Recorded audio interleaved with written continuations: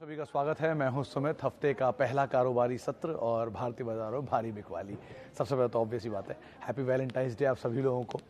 और मार्केट में एक हेवी सेल ऑफ आज के सत्र में ज़रूर आता हुआ दिखाई पड़ा और ऑब्वियस ही बात है, ये आना ही था। मच ड्यू जो चल रहा था मार्केट में वो पैनिक आ ही गया। ऐसा नहीं है कि बाजार में कोई पहली बार बिकवाली आई है। इनफैक्ट अभी कुछ देर पहले किसी ने मुझसे बोला कि लार्जेस्ट सेल ऑफ के नंबर निकाल के दो जो अब तक की सबसे बड़ी बिकवाली हैं, तो उन परसेंटेज टर्म में तो निफ्टी का आज का फॉल आता ही नहीं है कहीं। जो टॉप 10 या टॉप 15% फॉल है उसमें भी निफ्टी का परसेंटेज फॉल आज नहीं आता।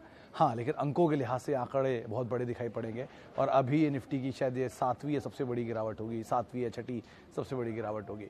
ऑब्वियसली बात, आप ऐसा मान के चलिए कि जब निफ्टी ने 2008 में, 2007 में, 2012 में बड़े बड़े परसेंटेज फॉल दिए थे, उस समय पर निफ्टी के जोन्स छोटे थे। यानी कि निफ्टी उस समय कहीं 5000, 8000, 12000 इन जोन्स में कामकाज करता हो, तो उनका बेस छोटा है, जिसकी वजह से परसेंटेज फॉल भी बड़े नहीं दिखेंगे। लेकिन आज क्योंकि निफ्टी का बेस इतना बड़ा है तो इसलिए बड़ा फॉल आपको दिखाई पड़ेगा ही। आज 570 अंक की गिरावट बड़ी दिख रही है, लेकिन वो परसेंटेज में महज 3% की गिरावट है।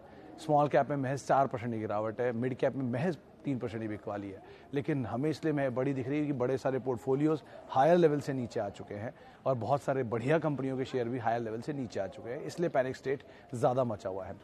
ट्रिगर्स बहुत सारे हैं। अब आप जोड़ने के लिए बहुत सारी चीज़ों को जोड़ सकते हैं बाजार में इस बिकवाली के लिए, जिसमें आपके सामने आता है क्रूड, सबसे पहला ट्रिगर $95 पर।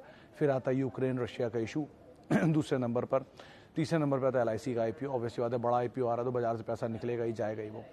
FIS की बिकवाली जो लगातार जारी है, ये एक और बड़ा ट्रिगर है। इकोनॉमिक जो ग्रोथ थी वो भी स्टेबलाइज होती दिख रही है। चौथा, अर्निंग सीजन खत्म हो चुका है। पांचवा, एंड XYZ, ऐसे बहुत सारे रीजंस आप जोड़ते चले जाएंगे। लेकिन ऑन द कॉन्ट्ररी, अगर आप तेजी में भी देखना चाहेंगे तो कुछ चीज़ें ऐसा नहीं कि खराब ही है सब कुछ अच्छा भी है। कॉर्पोरेट इंडिया की ग्रोथ अच्छी है ही, इंडिया की डिमांड सिनेरियो अच्छा है ही, तो ये दो पार्ट तो आप रख लीजिए। यूक्रेन और रशिया का इशू आज से नहीं है, 2014 से चल रहा है, तो वो एक बड़ा कंसर्न है। क्रूड एक ज़माने में $160 भी दिखा चुका है अभी, लेकिन $90-95 पे ही है, तो वो दिन भी हमने देखे हुए हैं। आप क्या देखना चाहते हैं वो आपके ऊपर है। आपको अगर तेज़ी देखनी है आप तेज़ी देखेंगे, आपको मंदी देखनी है तो आप मंदी देखेंगे। रीज़न दोनों के आपके सामने रखे हुए हैं। कुछ कंपनियां जो लॉस मेकिंग हैं उनकी तो हालत ख़राब होनी ही थी। मिसाल के तौर पे पेटीएम, लेस प्रॉफिट वाली कंपनियां, नायका, जोमेटो, जो हाल फिलहाल की लिस्टिंग थी बहुत ही ओवर प्राइस थी, वो नीचे आते हुए दिख रही हैं। कुछ कंपनियां जो मजबूत छत्र हैं वहाँ भी गिरावट है, ऐसा नहीं वहाँ नहीं गिरावट है, लेकिन वहाँ गिरावट उतनी नहीं है जितनी आमतौर पे देखी गई। TCS एक एग्जाम्पल है जो आज एटलीस्ट हरे निशान में था, क्योंकि बायबैक के प्राइस का सपोर्ट आ गया उनको। बायबैक प्राइस पहले से ही तय था, डेट आ गई है, तो वो एक बड़ा ट्रिगर मिल गया जिसकी वजह से वो तेज़ी में है। बाकी बैंक्स टूट रहे हैं, HDFC ग्रुप अंडर परफॉर्म कर रहा है, तो मैं मान के चल रहा हूँ इन सब पे सवाल आएंगे ही, इसलिए मैं पहले ही उनके जवाब दे देता हूँ। HDFC ग्रुप में अंडर परफॉर्मेंस की वजह बहुत सारी पहले से ही चल रही है कि वो सक्सेशन प्लान नहीं है, दिक्कतें हैं, जिसकी वजह से वो शेयर ऑलरेडी टूट रहे हैं। इन टोटल मार्केट में आज प्रेशर था। प्रेशर में मिड कैप, स्मॉल कैप सबसे ज़्यादा बीट ले रहे थे आज। नए IPOs में बिकवाली थी, ओवर प्राइस शेयरों में बिकवाली थी, लॉस मेकिंग कंपनियों में बिकवाली थी। उसके अलावा बिकवाली सारे इंडिसेस में थी। जहाँ जहाँ पर बढ़िया तेज़ी आई थी वहाँ पर सब में बिकवाली थी। अच्छी कंपनियाँ वो थी जिनमें 5% सर्किट थे, एटलीस्ट वो 5% पे लॉस रिस्ट्रिक्ट हो गया, लेकिन आप बेच नहीं पाए। तो ये सिचुएशन सिनेरियो आज बनता हुआ दिखाई पड़ा और इस सिचुएशन सिनेरियो के अकॉर्डिंग ही मार्केट्स आज प्ले आउट होता हुआ दिख रहा था। खैर, लेकिन अभी भी संकेत कमज़ोर हैं, इस सिचुएशन अभी भी अवेटेड है, तो वेट एंड वॉच आपके पास एक ऑप्शन है। जितने भी नियर टर्म के ट्रेडर्स हैं जो पोजीशनल तौर पर माल को आज लेते थे, कुछ दिन में बेचते थे, वो अब थोड़ा इन्वेस्टर बन गए, उनका सिनेरियो बढ़ गया है। लेकिन इन टोटल सिचुएशन इतनी अभी बाजार में कोई ख़राब नहीं हुई है कि आपको अपना पूरा पोर्टफोलियो खाली करना पड़े और उसके हिसाब से आप कॉल लेते हुए दिखाई पड़े। चलिए अच्छा जी, अब आगे बढ़ते हैं, सवाल देखते हैं। सबसे पहला सवाल है जी धनंजय कुमार पांडे साहब का। दिल मांगे more to buy some more shares. Obviously बाजार में गिरावट, सेल होती है, तो जब अच्छे भाव में सेल लगती है तो आप ज़रूर खरीदारी करें, सबसे अच्छा ऑप्शन होता है ये। Okay, Wipro and HDFC life good buy at current price. Sunita ji, दोनों के केसेस में आपका टाइम फ्रेम बहुत क्रूशियल होता है। कंपनियां दोनों ही ख़राब नहीं है। HDFC तो ऑब्वियसली बात है बहुत बुरे सिनेरियो से गुजर ही रहा है पूरा दौर, और आज तो बहुत बिकवाली थी। तो इस तरह की बिकवाली के बाद कहीं तो इसका प्राइस थमना चाहिए। ऐसा तो यानी धंधा बंद हो गया, ज़ीरो हो गया, तो थोड़ा बहुत ऐड आप कर सकते हैं, थोड़ा बहुत आप धीरे धीरे। बेस्ट मार्केट में सबसे अच्छा तरीका ये होता है कि आप SIP लगा दीजिए पर वीक पर मंथ की। शेयर अपने आप आते रहेंगे, जहाँ भी भाव जाए, ऊपर आएगा तो भी, नीचे आएगा तो भी, अगर अच्छी क्वालिटी कंपनी है तो आप लेते रहिए हर गिरावट में, धीरे धीरे धीरे धीरे over a period of time आपके पोर्टफोलियो का इतना बड़ा हिस्सा हो जाएगा, वहाँ रुक जाइए, किसी और में चले जाइए। ऐसे करके आप धीरे धीरे पोर्टफोलियो चर्न करते रहिए अपने एपेटाइट के according. Okay, Lakshmi Organics and Tech Mahindra. Sir Tech Mahindra obviously add, buy on dips even. Lakshmi Organics के केस में नंबर ठीक थे लेकिन बहुत वॉलेटाइल है। फर्स्ट क्वार्टर के नंबर बहुत अच्छे, सेकंड क्वार्टर के नंबर कमज़ोर, थर्ड क्वार्टर के नंबर बहुत अच्छे। तो ये एक ट्रेंड अभी क्लीन नहीं कर पाया है। ज़रा एक क्वार्टर और आने दीजिए और सिचुएशन सिनेरियो कुछ और क्वार्टर्स तक जाने दीजिए। दो कंपनी में इतनी कोई खराबी नहीं दिख रही, एटलीस्ट प्रॉफिट तो है। लॉस मेकिंग कंपनी के सामने तो कहीं ज़्यादा बेटर है, लेकिन फिर भी एक बार को भी ट्रेंड नहीं तय पा रहा। तो बेटर यही है कि टेक महिंद्रा के साथ रहिए, वो ज़्यादा मजबूत छत रहे इस समय के लिए। ओके, आगे बढ़ते हैं। Jubilant food at 3000, Pidilite and 2400। Sir आप दोनों को ही फर्दर ऐड कर सकते हैं, जुबिलेंट फूड को भी और पीडीलाइट को। दोनों एग्जॉर्बिटेंट महंगे थे, तो दोनों एग्जॉर्बिटेंट महंगे तो सस्ते भी हो रहे हैं। एग्जाम्पल देख लीजिए आप, जुबिलेंट फूड ऐसा नहीं है कि आपको 1400 रुपये या 1200 रुपये में मिल जाएगा या 1800 में मिल जाएगा, नहीं, ऐसा दाम नहीं आते। लेकिन ये ज़रूर होता है कि हाँ, वो 4500 रुपये वाला दाम भी हमेशा सस्टेन नहीं करेगा, उसको तोड़ेगा, वही तोड़ दिया। तो नीचे मिल रहा है, आप आराम से ऐड कर सकते हैं, कारोबार अभी भी चल रहा है। हम कंसर्न है मार्केट को लेके, हम कंसर्न है बाजार की इस फॉल को लेके, लेकिन पिज़्ज़ा अभी भी उतना ही बिक रहे हैं और आज भी वैलेंटाइन डे के दिन ज़्यादा ही पिज़्ज़ा बिक जाएंगे शायद। तो बेटर यही है कि आप ऐसा मत सोचिए कि कोई कंपनी बिजनेस बंद हो गया, बिजनेस वहीं था, वो जब ऑल टाइम हाई पे शेयर था तब भी और आज भी। थोड़ा ऊपर नीचे होगा, एक आध क्वार्टर का थोड़ा बहुत अंतर आएगा, triple S G better, triple S G थोड़ी नीचे आएगी, बट वो प्राइस ऑलरेडी फैक्टर इन कर लिया है। तो ये एडजस्टमेंट चल रहे हैं, ठीक है, होने दीजिए। दोनों कंपनियां बढ़िया हैं, आप दोनों एसआईपी के फॉर्म में ऐड कर सकते हैं, कोई इशू नहीं इन दोनों में। ओके जी, आगे बढ़ते हैं। और भारती एयरटेल 480 पर 80 शेयर हैं, कैम्प्स का क्या करना चाहिए? सर दोनों केसेस में कैम्प्स तो थोड़ा महंगा है, वो तो थोड़ा नीचे आ ही रहा है, क्योंकि ऑलरेडी एक तरफा तेजी दिखाई दे तो एक तरफा गिरावट आ रही है उसमें। भारतीय एयरटेल ज़्यादा बेटर पोजीशन में खड़ा है इस समय, क्योंकि वो जो रीसेंट आरपू हाइक था, प्राइस हाइक था, उससे इनके आरपू ज़्यादा बेटर हुए हैं। लेकिन हैविंग सेड दैट, भारतीय एयरटेल भी अपने जो रेंज है उस रेंज के अपर एंड पर है, अपने हाई से बहुत टूटा नहीं है। तो थोड़ा कंजर्वेटिव व्यू रखकर आप रहिएगा, कंजर्वेटिव टू कॉशियस व्यू। लेकिन कंपनी में कोई खराबी नहीं है दोनों में एटलीस्ट। तो मतलब बाज़ार में जिस तरह के हालात हैं और जिस तरह की कंपनियों में बिकवाली आई है, उनके आगे तो ये मच बेटर सिचुएशन सिनेरियो में दिख रहे हैं। तो एटलीस्ट ऐसा कुछ नहीं है, पैनिक में मत आइए, आराम से आप रहिए। पैनिक में तो वैसे भी सिचुएशन में आने की ज़रूरत नहीं है। अगर आपका अपना पैसा लगा है तो कुछ दिन बाद घूम के ऊपर आ ही जाएगा, कहाँ जा रहा है। थोड़ा थोड़ा नीचे के लेवल पे लेते रहिए, काम हो रहा है ना कंपनी में, बिजनेस चल रहा है, बाजार रिएक्ट कर रहा है, कभी कभी ओवर रिएक्ट भी करता है, होने दीजिए उसको।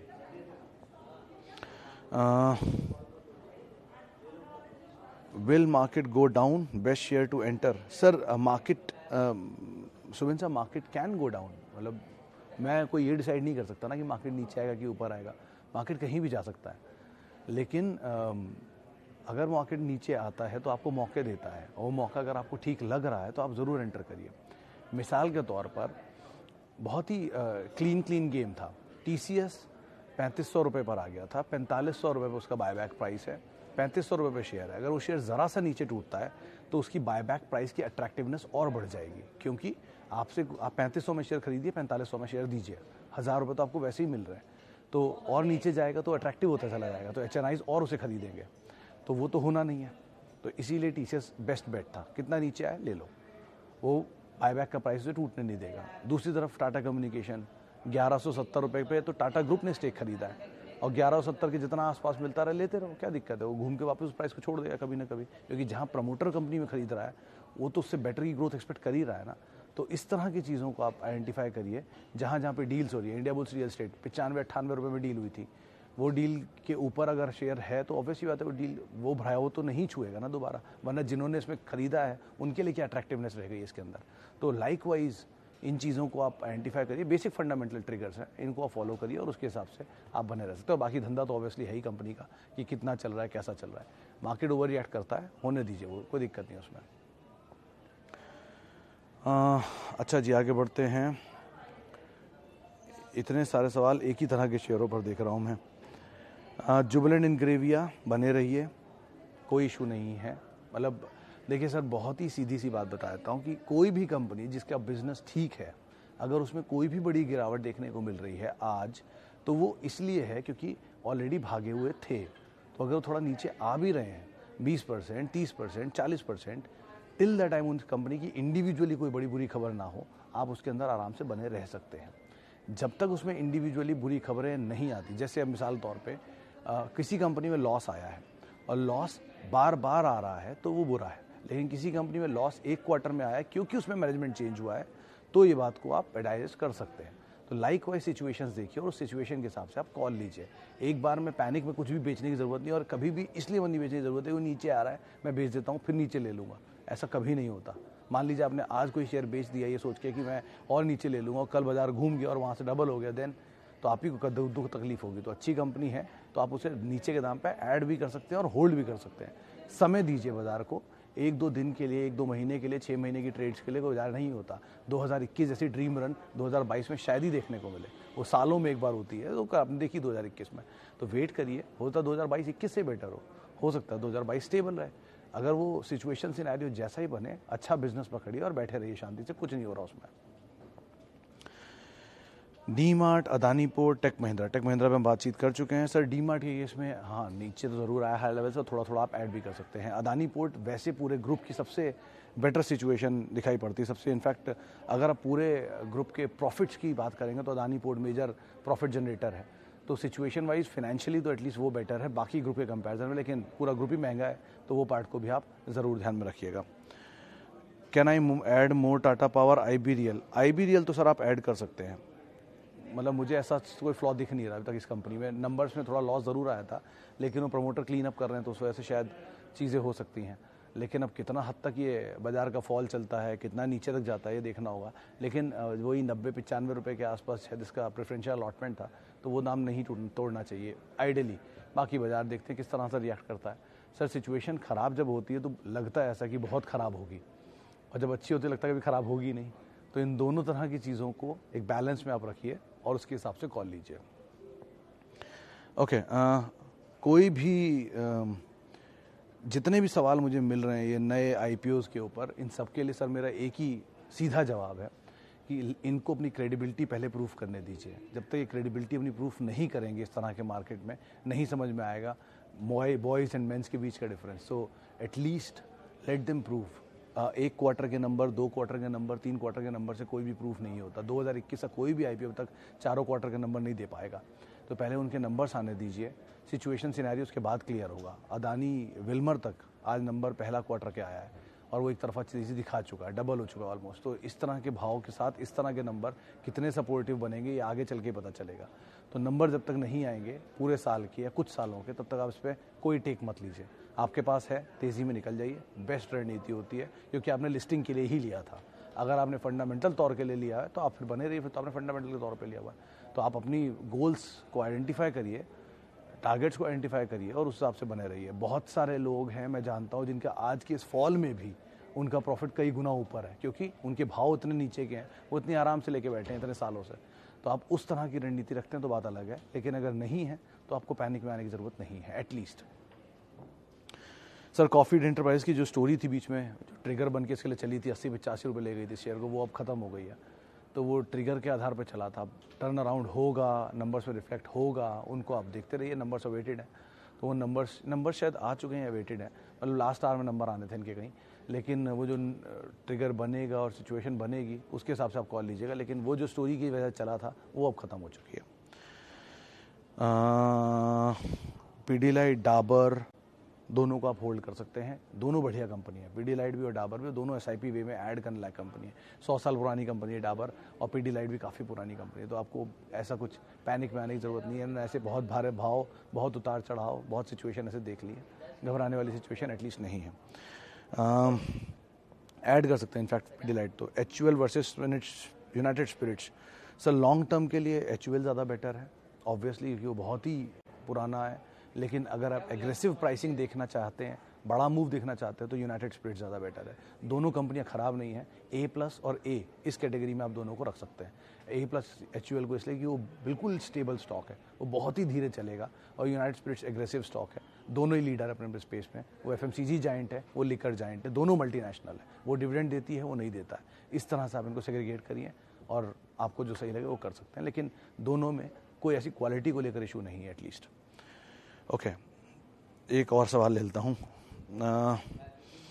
वेंकीज़, विनोद जी, वेंकीज़ के केस में वो इनपुट कॉस्ट बढ़ने का ट्रिगर घूम रहा है बाजार में, लेकिन हाँ हाई लेवल से बहुत टूट चुका है शेयर। 3600 रुपये का शेयर था और टूट टाट के हाल फिलहाल में शायद 1500 रुपये 2000 रुपये की रेंज में आ चुका है। तो बहुत कुछ इसमें खोने के लिए अब है नहीं। वो इनपुट कॉस्ट का ट्रिगर जो मान रहे हैं कि पोल्ट्री की जो इनपुट कॉस्ट है, फीड्स वगैरह के दाम बढ़े हैं, जिसकी वजह से इनके मार्जिन हिट होंगे। तो यही पिछले क्वार्टर के नंबर में भी हुआ था, वही शायद इस बारी भी होगा। तो ये चीज़ बाजार को डिस्काउंट कर रहा है। ठीक है, होने दीजिए, तूफान है, थम जाने दीजिए, फिर इस पर कॉल लेना ज़्यादा बेटर होगा कि वो सही है कि गलत। अभी कुछ मत करिए, अभी जो हो रहा है होने दीजिए, आराम से रिलैक्स करिए। मार्केट है, ओवर रिएक्ट करेगा, करने दीजिए, उसका काम है, ये रोज़ खुलता है रोज़ बंद होता है। तो एक बार सिचुएशन स्टेबलाइज हो जाए, तूफान खत्म हो जाए, फिर आप बाहर निकल के देखिए क्या डैमेज बचा है और क्या डैमेज हुआ है, उसके बाद देख सकते हैं क्या करना है इसमें। चलिए, फिलहाल अब इतने ही सवालों को मैं शामिल करूंगा। माफ़ी बहुत सारे लोगों से जिनसे आज हम बातचीत नहीं कर पाए। बहुत बहुत शुक्रिया उन सभी लोगों का जिन्होंने सवाल पूछे। पैनिक मत करें, आराम से बाजार में निवेशित रहें, लंबी अवधि का नजरिया रखें। आप मेरे साथ जुड़ सकते हैं @सुमित रिसर्च मेरा ट्विटर हैंडल है। नमस्कार।